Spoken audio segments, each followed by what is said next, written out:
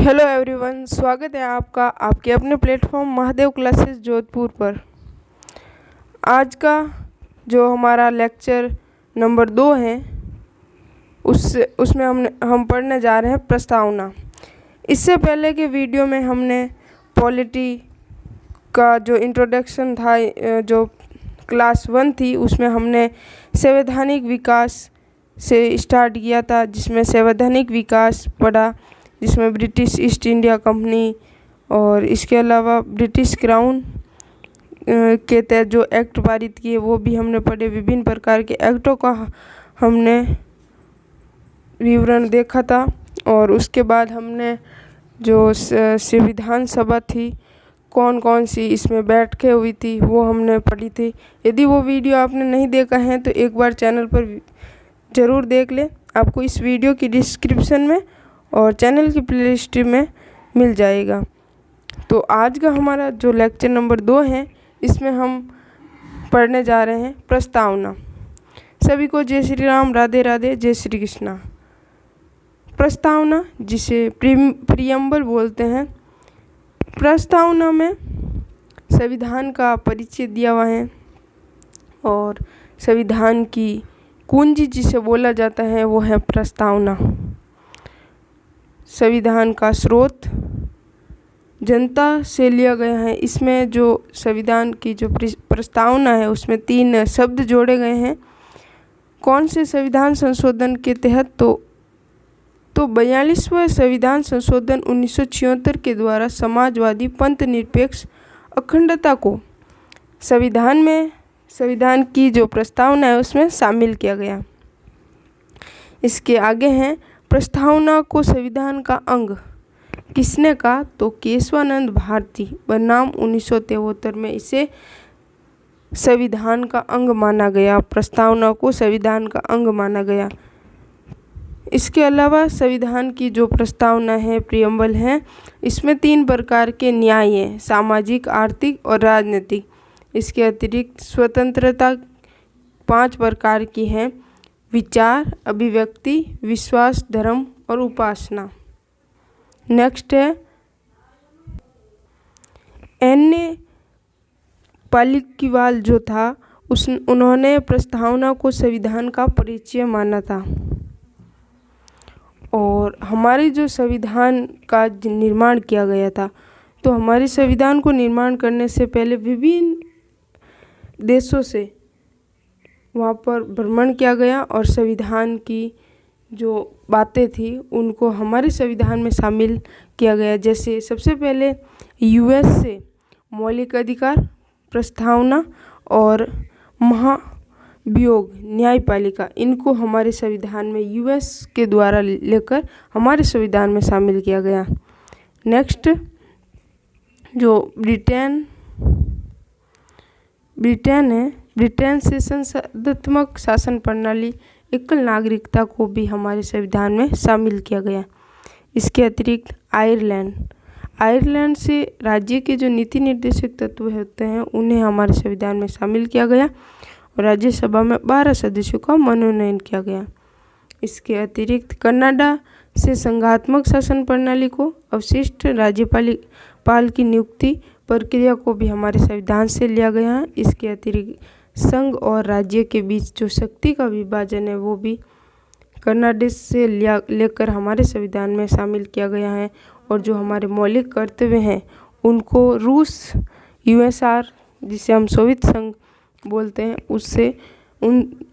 उस देश से मौलिक कर्तव्यों को हमारे संविधान में शामिल किया गया। नेक्स्ट है जर्मनी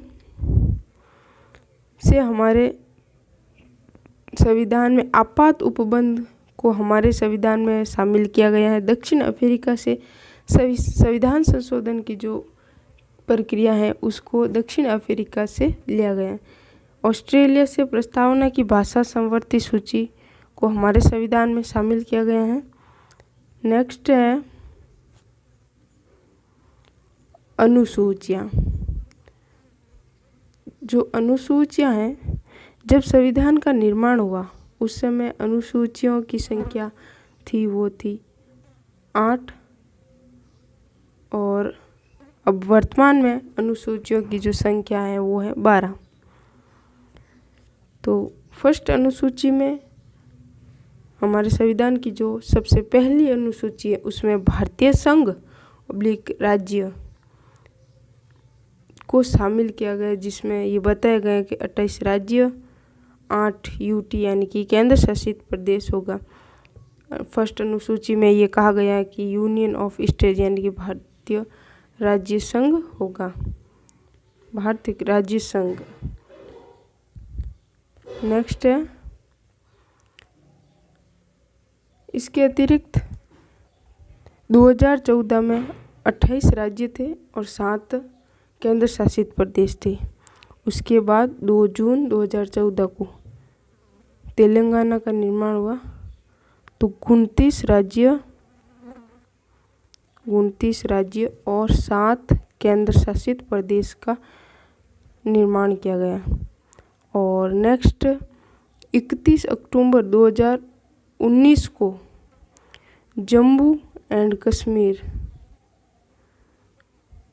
को विभाजन करके लद्दाख को अलग किया और जम्मू एंड कश्मीर को अलग किया गया, जिसके बाद 31 अक्टूबर 2019 को 28 राज्य और 9 केंद्र शासित प्रदेश हो गए।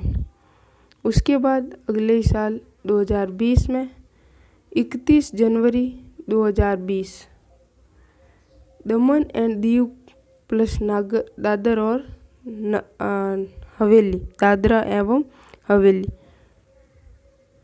इनका विभाजन नहीं किया गया, इनको जोड़ा गया, जिससे कि 28 राज्य हो गए और 8 केंद्र शासित प्रदेश का निर्माण हो गया। नेक्स्ट है, पहली अनुसूची में भारत एक संघ राज्य होगा ये दिया गया, और जो दूसरी अनुसूची है उसमें जो पदाधिकारियों के वेतन से संबंधित वो जानकारी द्वितीय सूची में शामिल की गई है।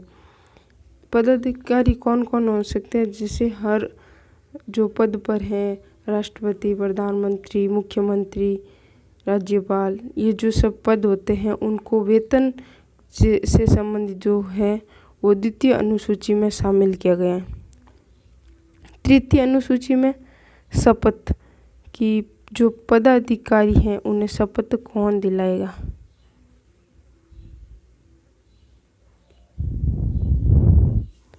तो यहाँ पर एक त्रिभुज के फॉर्म में हमने समझने की कोशिश करते हैं कि कौन किसको शपथ दिलाता है और किस अनुच्छेद के तहत शपथ दिलाता है।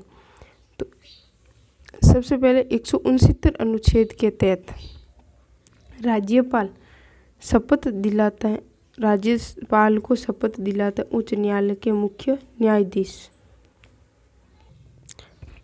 और राज्यपाल के बाद उपराष्ट्रपति को शपथ अनुच्छेद 69 के तहत राष्ट्रपति द्वारा दिलाई जाती है।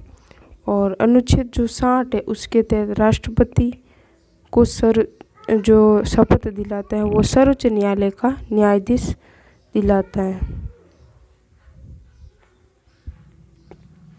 इसके अतिरिक्त जो उच्च न्यायालय के मुख्य न्यायाधीश है उसका जो उल्लेख है वो आर्टिकल 214 में दिया गया है, और जो सर्वोच्च न्यायालय का न्यायाधीश है वो आर्टिकल 124 के अनुसार शपथ दिलाने का कार्य करता है।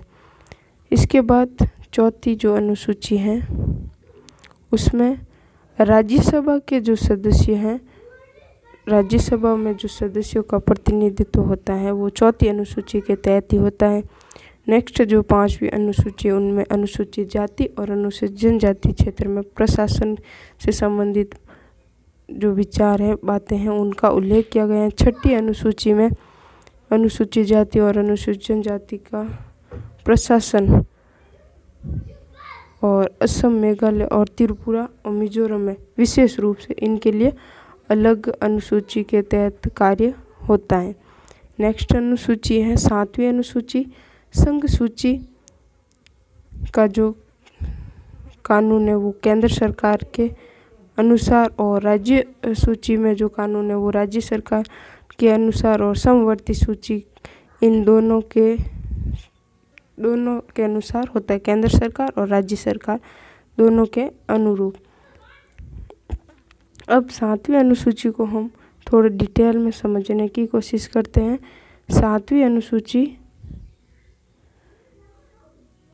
में जो संघ सूची है उसमें रेल, वायुयान, विदेशी मामले, रक्षा, डाक, इन सब बातों, इसके अतिरिक्त जनगणना, मुद्रा बैंक, इन सब का संघ सूची, इन सब को संघ सूची में शामिल किया गया।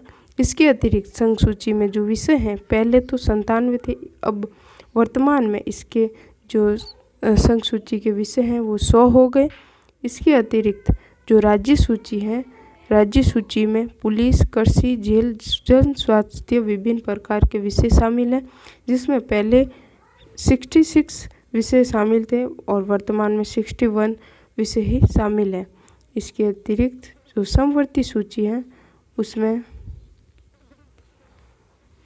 शिक्षा, वन, विवाह, तलाक, बिजली, समाचार पत्र, ये सब समवर्ती सूची, यानी कि इसमें राज्य सरकार भी कानून बना सकती है और जो केंद्र सरकार है वो भी कानून बना सकती है। जैसे शिक्षा के मामले में ले तो जैसे विभिन्न अलग अलग बोर्ड एग्ज़ाम होते हैं, इसके अतिरिक्त जो केंद्र सरकार कराती हैं वो अलग होते हैं, जैसे CBSE बोर्ड हो गया, Bihar board, Rajasthan board, Jharkhand board, इन प्रकार से शिक्षा एक समवर्ती सूची में शामिल किया गया है, जिसमें पहले विषय थे 47 और वर्तमान में जो इनके विषय हैं वो 52। इसके अतिरिक्त जो 8वीं अनुसूची है उसमें भाषाओं का उल्लेख किया गया है, जिसमें वर्तमान पहले तो 14 भाषाओं को ही शामिल किया गया है और जबकि वर्तमान में इसमें जो भाषाएं हैं वो 22 भाषाओं को शामिल किया गया है। तो इन भाषाओं को कौन कौन सी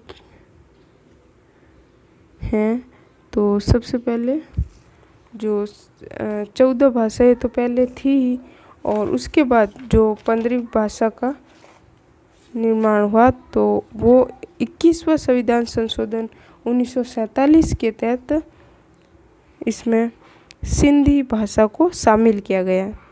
इसके अतिरिक्त जो नेपाली भाषा थी उसे 71 संविधान संशोधन 1992-93 के तहत ही अनुसूची 8 में शामिल किया गया। मणिपुरी, कोंकणी, इन सब को भी शामिल किया गया। इसके अतिरिक्त बोडो, डोगरी, मैथिली, संथाली इन 92वां संविधान संशोधन अधिनियम 2003 के तहत ही शामिल किया गया है। इनको याद रखने के लिए एक ट्रिक का भी प्रयोग किया जाता है। ट्रिक है नमक। नमक से हम याद रख सकते हैं नमक। नमक न का मतलब हो जाएगा नेपाली और मणिपुरी का मतलब कोंकणी। नमक के द्वारा हम इन 3 भाषाओं को अच्छे से याद रख सकते हैं। इसके अतिरिक्त BDMS बोडेम्स, इनके द्वारा हम बोडो, डोगरी, मैथिल, संथाली इनको हम याद रख सकते हैं।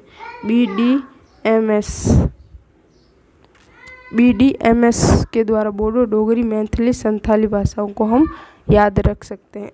नेक्स्ट जो अनुसूची है वो नेक्स्ट अनुसूची 9। 9वीं अनुसूची में इसमें कुछ ऐसे मामले जिन्हें न्यायालय में चुनौती नहीं दी जा सकती है और 9वीं अनुसूची संविधान संशोधन का जो फर्स्ट संविधान संशोधन 1951 में हुआ वो भी 9वीं अनुसूची के तहत ही हुआ और इसमें जो न्यायालय में चुनौती नहीं दी जा सकती है उनके लिए कुछ विशेष विषय हैं, जैसे भूमि अधिकार बिल आदि। और नेक्स्ट जो अनुसूची है 10वीं अनुसूची, जिसमें 52वां संविधान संशोधन 52वां संविधान संशोधन 1995 द्वारा 10वीं अनुसूची को जोड़ा गया। जैसे हमने पहले पढ़ा था कि संविधान में पहले 8 अनुसूची थी, अब जो 10वीं अनुसूची वो 22वें संविधान संशोधन द्वारा जोड़ी गई और 11वीं अनुसूची में 73वें संविधान संशोधन 1992 द्वारा जोड़ा गया, जिसमें पंचायती राज से संबंधित विषय को 11वीं अनुसूची में शामिल किया गया। इसके लिए टोटल जो विषय हैं 29 विषय हैं। और इसके अतिरिक्त जो 12वीं अनुसूची है, 12वीं अनुसूची में 74वें संविधान संशोधन 1992 के तहत 12वीं अनुसूची को शामिल किया गया। और जो नगरीय प्रशासन, उसमें भी नगरीय प्रशासन और नगर पालिका को भी 12वीं अनुसूची में शामिल किया गया। और जो 12वीं अनुसूची में है उसमें टोटल 18 विषय शामिल किए गए हैं। तो आई होप कि आपको ये लेक्चर समझ में आया हो, और यदि समझ में आया हो तो वीडियो को लाइक ज़रूर कर दे, चैनल को सब्सक्राइब करके बेल आइकन को ज़रूर प्रेस कर दे, ताकि इसी तरह की नई नोटिफिकेशन आपको मिल सके। आप प्रॉपर तरीके से हैंड रिटन नोट्स को आप अपनी कॉपी में लिखें और इसको पढ़ें। इसके अतिरिक्त यदि आपने इससे पहले का जो लेक्चर है वो नहीं देखा है तो एक बार ज़रूर देख लें। और इसी सीक्वेंस में हम नेक्स्ट वीडियो में नेक्स्ट लेक्चर के साथ पढ़ेंगे, तो आप भी नेक्स्ट वीडियो में ज़रूर जुड़े। तब तक के लिए धन्यवाद। Thank you so much for watching this video.